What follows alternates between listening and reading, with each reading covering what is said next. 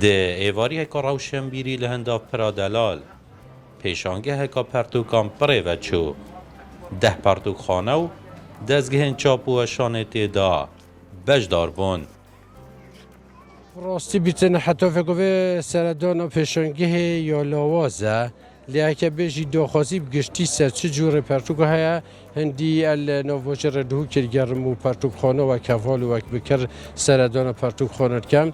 و گوه روز پرتوک تنمیه البشریه گشت پیدان مروفاتی و گرینگه که باجی پرتوکت زانست درونی تدان گل هندجی پرتوکت آینی بازار ویانه باشه رومان جی خلق حجت کردن اغلب آینی نه حتی حدک مازن پشتینگه دروناسی ریدک باش تینه فروتنه بله سیده حتی 25 ساده جی داشکاندنا کدی سرون دکیش 38 ساده یعنی تا رودک مازن داشکاندنه دینوی نسر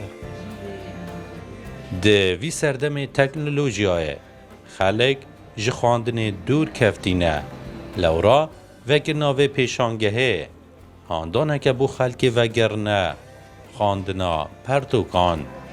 آرمان جامعه سرکی زفرین برف کتابه یعنی راستی و مواد که دریجه پشتی بربالا بونا سوشال میدیا و سمارت موبایل کو بری خلکش کتابه ورگرای بو سوشال میدیا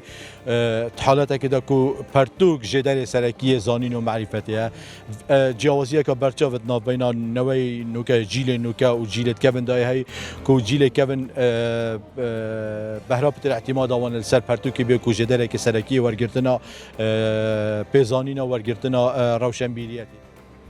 اف پیشانگه جیالی ریوبری راگهاندن و چاپ و شانا پارزگاه دوکه هات وکرنه. دوی پیشانگه دا 1000 ناو و نیشان و پتری 5000 پرتوکان هاتین نمایش کرن و با ماه 2 روزان ده بردان به